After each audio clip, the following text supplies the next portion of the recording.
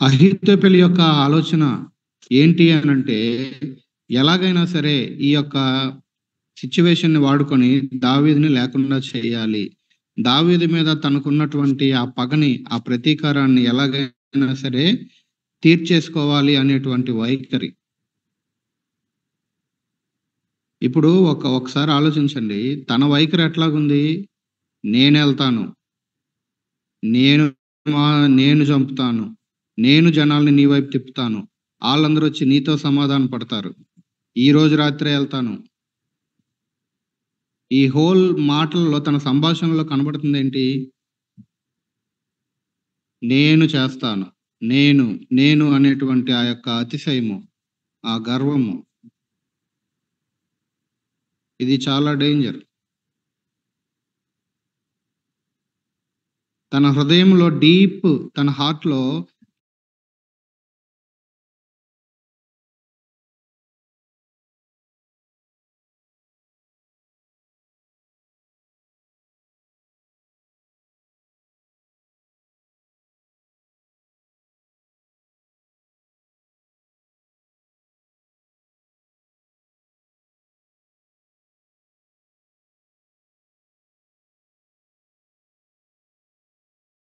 ఇటు వీళ్ళు చావక్కర్లేదు, అటు వాళ్ళు చావక్కర్లేదు. దావీదునొక్కడిని చంపితే వీళ్ళందరొచ్చి నీతో చేరిపోతారు. అది కొంచెం పాజిటివ్ లాగా కనబడతా ఉందక్కడ. అయితే అతని ఉద్దేశము అందులో ఏం పాజిటివ్ ఏం లేదు. అతని ఉద్దేశము ఈ రకమైన ఆలోచన చెప్పి దావీదుని చంపేయాలి వేరేం లేదు. అయితే 16వ అధ్యాయం ముగించబడినప్పుడు అతనిచ్చినటువంటి ఆలోచనని ఇక దేవుని దగ్గర నుంచి వచ్చిన ఆలోచనలాగా, లేకపోతే దేవుని మాటలాగా తీసుకుంటున్నటువంటి అబ్షాలోము, అక్కడున్నటువంటి ఇజ్రాయెల్ పెద్దలు, ఓకే. ఇక ముందుకెళ్ళండి. ఇట్లాగే చేద్దాం. 16వ అధ్యాయంలో ఆయన చెప్పిన మాట చెప్పినట్టుగా ఆ ఉపపత్నుల విషయంలో తప్పు జరిగించినటువంటి అబ్షాలోము సడెన్‌గా ఇప్పుడు ఆ ప్లాన్‌ని ఎగ్జిక్యూట్ చేయడానికంటే ముందు హూషైని పిలిపించాడు. 5వ వచనం నుండి చూస్తే 5వ వచనం. అంతటా అర్కీయుడైన హూషై ఏమి చెప్పునో మనం విన్నట్లు అతన్ని పిలువనంపుడని అబ్షాలోము ఆజ్ఞేయగా హూషై వచ్చాడు. వచ్చిన తర్వాత మరి అహీతోపెలు ఇట్లా చెప్పాడు. మరి ఏం చేస్తే బావుంటది? నువ్వు గూడా నీ ఆలోచన చెప్పు అని అడిగాడు. అసల ఈ విధంగా అడగాల్సినటువంటి అవసరత ఏముంది అబ్షాలోముకి? ఆల్రెడీ అహీతోపెలు యొక్క మాటని దేవుని మాటలాగా తీసుకుంటున్నటువంటి సందర్భంలో, అట్లాంటి పరిస్థితిలో ఆల్రెడీ అతను మాట తీసుకొని ఒక భయంకరమైనటువంటి పని ఆల్రెడీ చేశాడు ముందే. అప్పుడు ఎట్లాంటి సెకండ్ ఒపీనియన్ గూడా తీసుకోలేదు. అప్పుడు గూడా హూషై ఉన్నాడు. కానీ ఇప్పుడు మాత్రం అబ్షాలోము హృదయంలో దేవుడు ఒక ఆలోచన పుట్టించాడు. ఏంటంటే, ఈసారి ఇతను చెప్పిన మాటను బట్టే కాదు గానీ, మనం హూషై ఏం చెప్తాడో అది గూడా ఇందాం అని అతన్ని పిలిపించండి అని పిలిపించాడు. ఈ కార్యం ఎవరు చేయగలరండి? మనుషులు చేయగలరా? దావీదు చేయగలడా? లేకపోతే హూషై చేయగలడా? అహీతోపెలు చేయగలడా? ఇజ్రాయెల్ పెద్దలు చేయగలరా? ఈ రకమైన ఆలోచన ఎవరు పుట్టించగలరు ఒకడి హృదయంలో? అందుకే పరిస్థితి ఏదైనా సరే దేవుడు సార్వభౌముడు. అది మనం మర్చిపోకూడదు. ఆయన చెయ్యలేనిది, ఆయన చెయ్యి దాటిపోయింది ఏదీ లేదు. కొంతకాలం వైద్యం చేశాక డాక్టర్లు చెప్తారు, ఇంక మా వల్ల కాదని. కొంతకాలం ఏదో చేసిన తర్వాత మా వల్ల కాదు అని దేశ నాయకులు చేతులెత్తేస్తారు. శ్రీలంకలో అట్లాంటి పరిస్థితులే జరిగింది. లోకంలో అధికారము, బలము, డబ్బు ఉన్నటువంటి, జ్ఞానం ఉన్నటువంటి వాళ్ళు కొంతవరకు చేసి మధ్యలో ఇక తప్పుకుంటారేమో కానీ, దేవుడు అటువంటి వాడు కాదు. సామెతలు 21:1 మనం చూస్తాము. రాజు హృదయము యెహోవా చేతిలో నీటి కాలువలే ఉన్నది. ఆయన తన చిత్తవృత్తి చొప్పున ఆ రాజు హృదయాన్ని త్రిప్పును.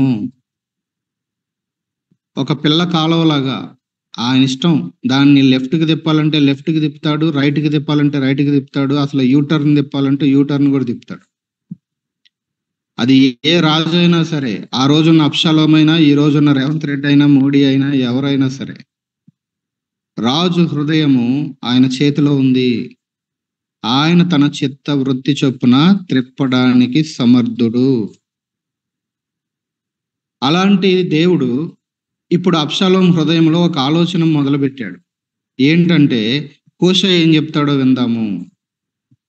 ఉపపత్నుల విషయంలో పాపం జరుగుతున్నప్పుడు దేవుడు సైలెంట్ గా ఉన్నట్టుగా మనం చూస్తాం, కానీ ఇక్కడ దావీదు ప్రాణం మీదకి వస్తున్నప్పుడు దేవుడు మౌనంగా ఉండల. దావీదు లేకుండా చేయాలి, ఇది సాతాను యొక్క ఆలోచన. ఎందుకంటే దావీదు యొక్క సంతానములో నుంచే రక్షకుడు రాబోతున్నాడు. మిగతా వాళ్ళందరూ విషయాల్ని తాత్కాలికంగా టెంపరరీగా చూస్తారేమో కానీ దేవుడు దాన్ని దీర్ఘకాలికంగా చూస్తాడు. చాలా సార్లు మనకున్న మిడిమిడి జ్ఞానాన్ని బట్టి మనం ఇష్యూస్ ని టెంపరరీగానే చూస్తాం అన్ని. దేవుడు దాన్ని ఎప్పుడు కూడా నిత్యత్వపు దృష్టిలో, దూరదృష్టితో చూస్తాడు ఆయన ప్రతిదీ. కాబట్టి దావీదు లేకపోతే దావీదు జీనియాలజీలో నుంచి రక్షకుడు ఎలా వస్తాడు? ఇప్పుడు దేవుడు హూషై హృదయంలో ఒక ఆలోచన అబ్షాలోం హృదయంలో ఆలోచన పుట్టించాడు. హూషైని అడుగుదాం. ఆయన పిలిపించాడు, వచ్చాడు.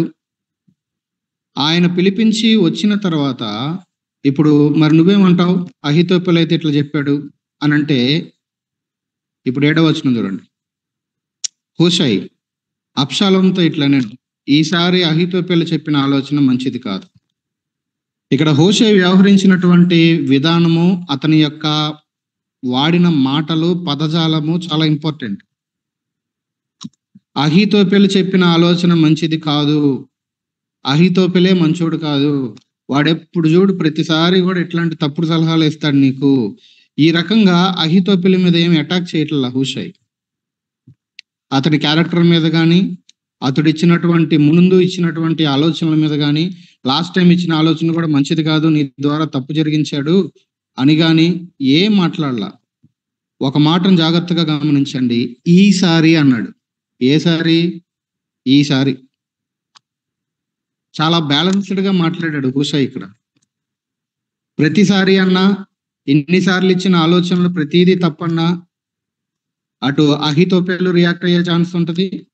మరొక వైపు రాజు కూడా మరి వాడు ఇచ్చిన ప్రకారం అన్ని నేను చేసుకుంటూ వచ్చాను అంటే ఇప్పుడు నేను చేసింది కూడా తప్పంటావు మరి నువ్వు అని రాజు రియాక్ట్ అయ్యే ఛాన్స్ ఉంటది. ఈ హూషై ఎంత చక్కగా మాట్లాడాడు అంటే దేవుని జ్ఞానం అది. ఎక్కడ ఎలా మాట్లాడాలి. ఈసారి అహీతోపెలు చెప్పిన ఆలోచన మంచిది కాదు. ఈసారి చాలా ప్రాముఖ్యమైనది అది. సో ముందు ఒక విషయాన్ని చెప్తున్నాడు. ఈసారి ఇది మంచిది కాదు, ఈసారికి మంచిది కాదు.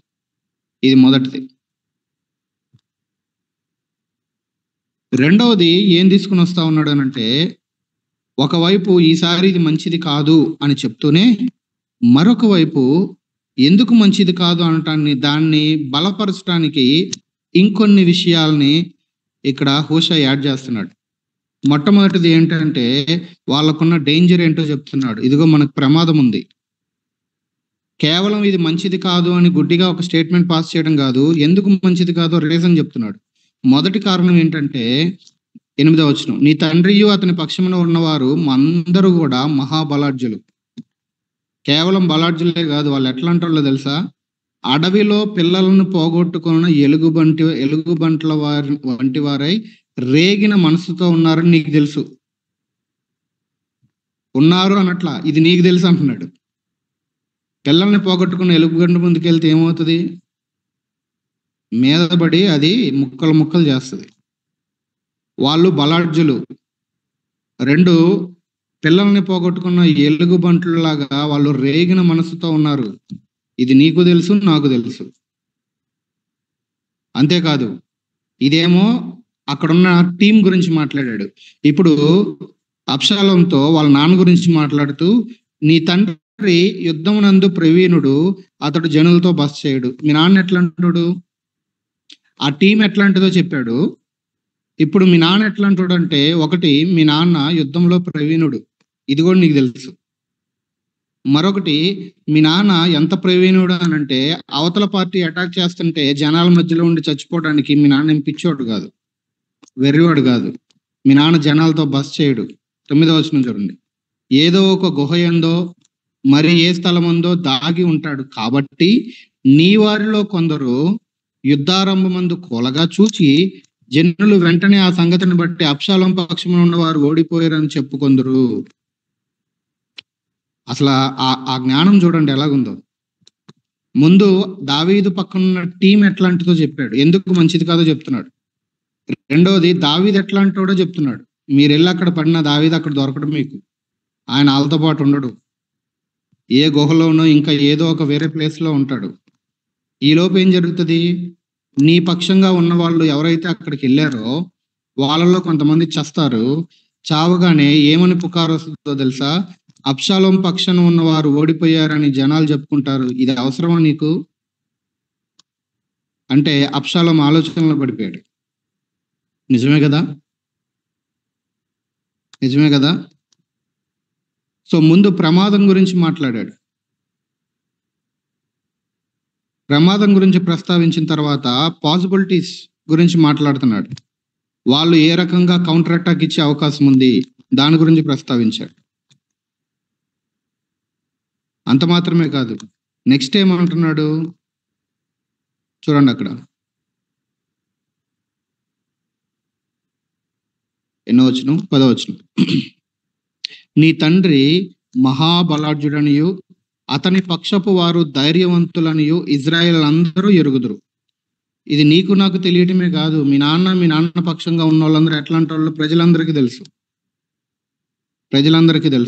గనుక లేదా కాబట్టి సింహపు గుండె వంటి గుండె గలవారు సైతము దిగులొందుదురు. సింహపు గుండె ఎంత గట్టిగా ఉంటుందండి, దాని ముందుకి ఏ జంతువు అన్నా రాని, ఎంత పెద్ద ఏనుగన్నా రాని, ఎంత పెద్దది వచ్చినా సింహం గుండె ఎట్లాగుంటుంది. వాళ్ళు అలాంటి వాళ్ళు ముందు నిలబడితే మిగతా వాళ్ళు ఎవరైనా సరే, సాధారణంగా సింహం భయపడదు, కానీ వీళ్ళ ముందు సింహపు గుండె వంటి గుండెల వారు సైతము కూడా భయపడతారు, లేకపోతే దిగులు నొందుతారు.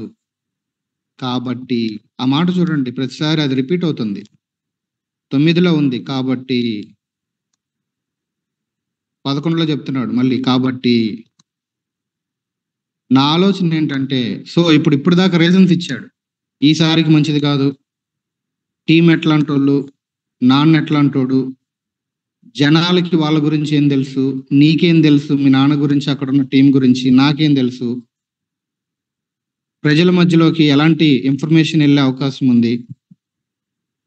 ఇవన్నీ చెప్పిన తర్వాత ఇప్పుడు తన ఆలోచన చెప్తున్నాడు 11లో. కాబట్టి నా ఆలోచన ఏంటంటే, దాని నుండి బేర్షిబా వరకు లెక్కకు సముద్రపు ఇసుక రేణువులంత విస్తారంగా ఇజ్రాయేల్ అందరినీ నలుదిశల నుండి నీ యొద్దకు సమకూర్చి నీవు స్వయముగా యుద్ధానికి పోవాలి.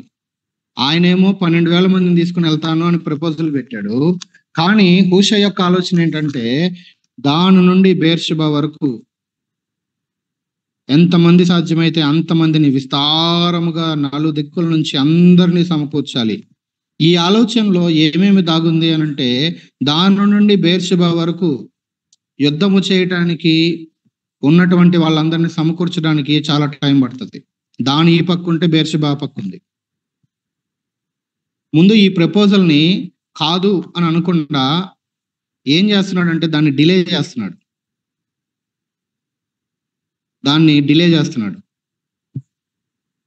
సో అందరినీ యుద్ధానికి సమకూర్చు, ఈ 12,000 మంది సరిపోరు, చాలా మంది కావాలి.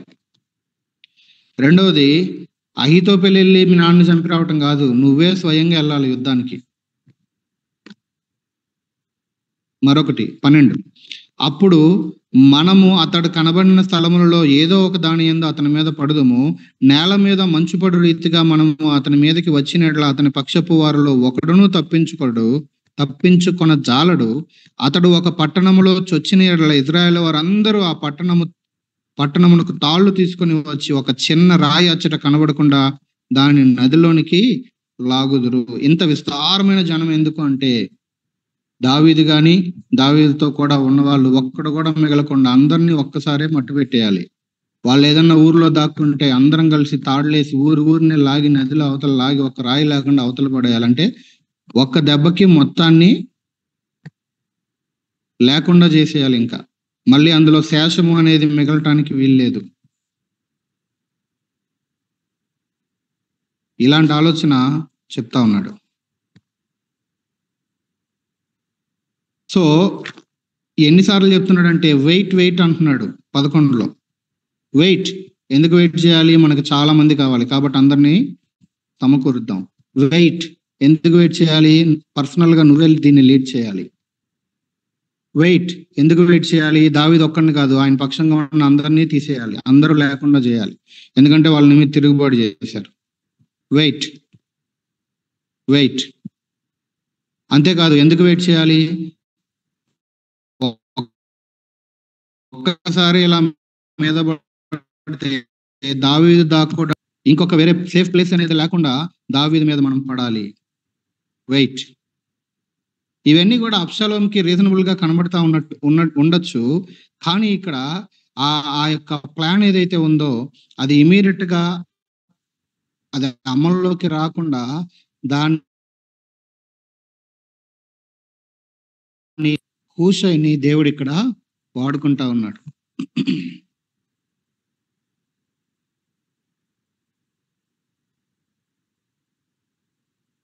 దేవుని యొక్క ఆలోచనలు ఎంత అద్భుతంగా ఉంటాయో,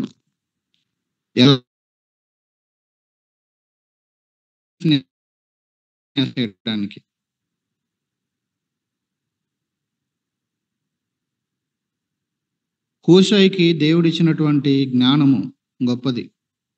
అబ్షాలోము యొక్క దృష్టికోణంలో నుంచి చూసినప్పుడు అబ్షాలోముకి అది భలే ఉందే అని అనిపిస్తుంది. 14లో అదే చెప్తున్నారు వాళ్ళు.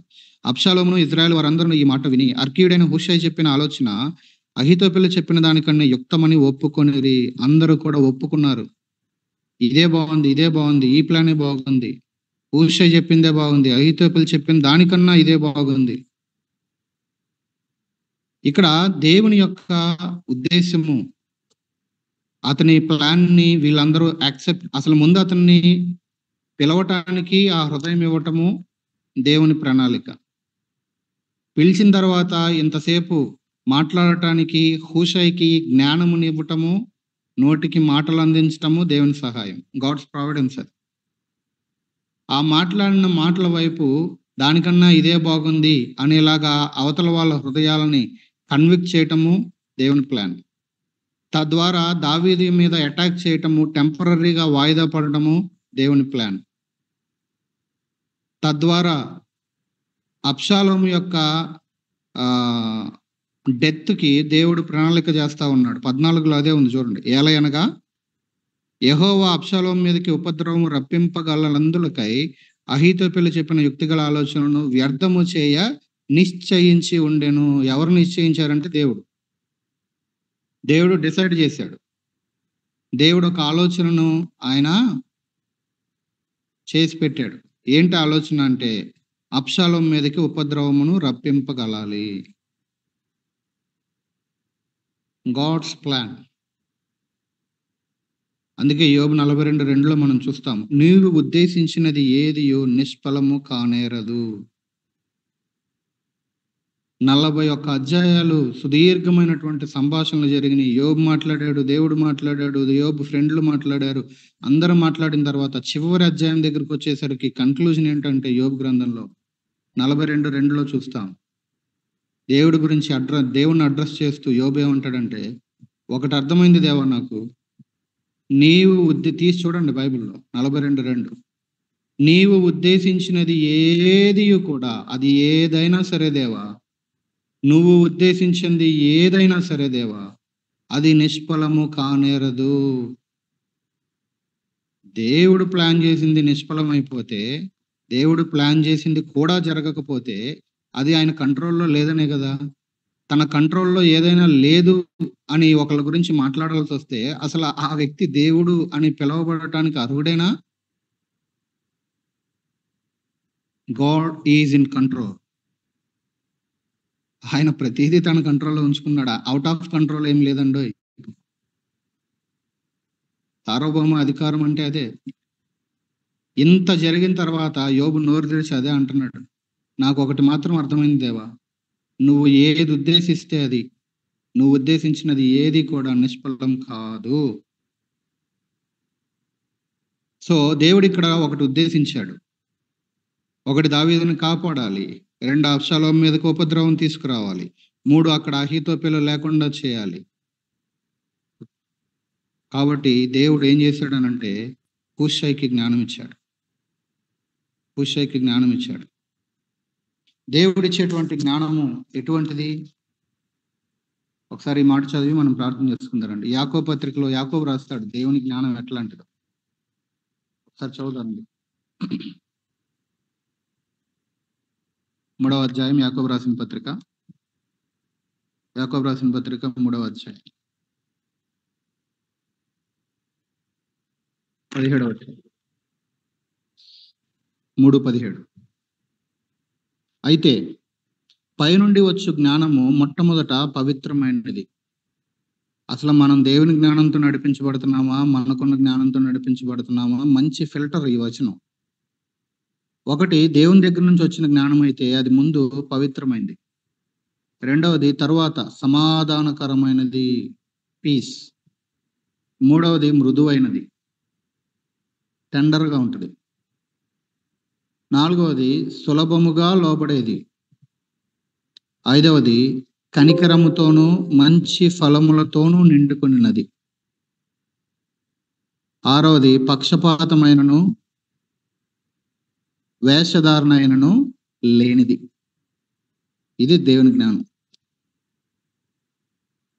ఈ జ్ఞానము దేవుడు హూషైకి అనుగ్రహించగా హూషై ఆ యొక్క దైవిక జ్ఞానంతో ఆయన మాట్లాడటము, దేవుడు ఆ రకంగా ఆ ప్రణాళికలన్నిటిని ఏదైతే ఆయన ముందధ్యాయంలో ప్రార్థన చేశాడో, దేవా అహీతోపెల ఆలోచన చెడగొట్టవా అంటే ఆమెను చెప్పగానే కళ్ళ ముందుకు హూషై వచ్చాడు. ఇప్పుడు ఆ హూషైనే వాడుకొని అహీతోపెల ఆలోచనని దేవుడు ఏ విధంగా చెడగొట్టుకుంటూ వస్తున్నాడో, ఆ ప్రార్థనకి దేవుడు ఎలా జవాబిస్తూ వస్తున్నాడో చూస్తున్నాం. మన ప్రార్థనలు వ్యర్థం కావు. టైం పట్టొచ్చేమో, ఏంటిది ఇంకా జరగట్లేదు అని ఒకవేళ టైంని బట్టి, సమయాన్ని బట్టి కొంత నిరుత్సాహం కలిగితే కలగచ్చుగాక. కానీ ప్రభువునందు మన ప్రయాస, మన ప్రార్థన, విశ్వాసము, ఆయన వాగ్దానాల మీద పట్టుకొని చూస్తున్న ఎదురు చూపు వ్యర్థం కాదు. దావీదుకి ఇది బాగా తెలుసు. అందుకే ఉపపత్నులను అక్కడ ఉంచి వెళ్ళాడు. మళ్ళీ వస్తాను నేను, ఈలోపు ఇంట్లో మీరు చూసుకోండి.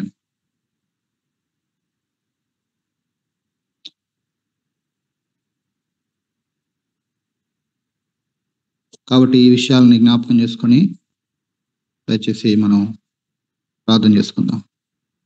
సో ఒక విషయం మనకి ఈ హోల్ ప్యాసేజ్లో కనబడేది ఏంటంటే, దేవుడు ప్రార్థనకి జవాబిచ్చే దేవుడు. చెడగొట్టు అన్నాడు, చెడగొట్టాడు. దేవుడు ఆయా సందర్భాలలో తన వారి పక్షంగా చొరవ తీసుకునే దేవుడు. దావీదు ప్రాణం మీదకి వస్తే ఇమీడియట్ యాక్షన్ మొదలుపెట్టాడు. దేవుడు ఆయా సమయాలలో ఏ రకంగా మాట్లాడాలో నోటికి జ్ఞానమును, మాటల్ని అందించగలిగేటువంటి దేవుడు. దేవుడు మన కొరకు ఉన్న దేవుడు, మనకి వ్యతిరేకముగా కాదు, మన పక్షముగా ఉన్న దేవుడు. దేవుడు ఏ సిచ్యువేషన్ సరే అదే అల్టిమేట్ గా ఆయన ప్రణాళికల్ని నెరవేర్చుకొనగలిగినటువంటి దేవుడు. ఆయన చేయి దాటిపోదేది కూడా. ఇక్కడ దేవుని యొక్క గుణగణాలు కనబడుతున్నాయి. హూషై యొక్క క్యారెక్టర్ కనబడతా ఉంది. ఈ విషయాలతో మనం ప్రార్థన చేసుకుంటారండి. ఆ తర్వాత ముందుకెళ్తే వీడి తట్టుకోలేక నెక్స్ట్ జరిగింది ఏంటంటే, వీడు పోయి ఉరి పెట్టుకుని చచ్చాడు అహీతోపెలు. అహీతోపెలు లేకుండా చేయటము, ఆ తర్వాత అబ్షాలోము కూడా ఇక లేకుండా పోయాడు. నెక్స్ట్ ఇక ఎక్కువ టైం లేదు. దేవుడు ప్రతిదాన్ని సెటిల్ చేసుకుంటూ వచ్చాడు. సో ఇష్యూస్ అలాగే ఉండిపోవు. ఆయన డీల్ చేయటం మొదలు పెడతాడు. ఆయన విషయాలను డీల్ చేయటం మొదలుపెట్టినప్పుడు ఒక్కొక్కటిగా ప్రతిదీ సెటిల్ అవటాన్ని మనం చూడొచ్చు. ప్రార్థన చేసుకుందాం రండి. వీరిని మాటలతో ప్రార్థన చేసుకుందాం క్లుప్తంగా.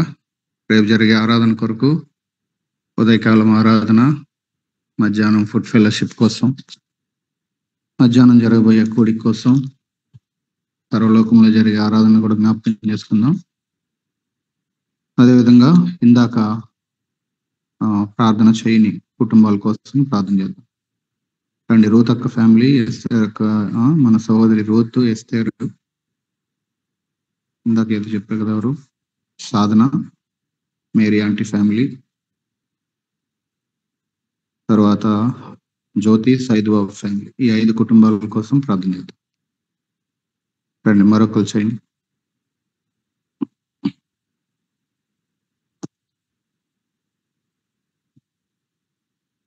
మరొకరు చేయండి.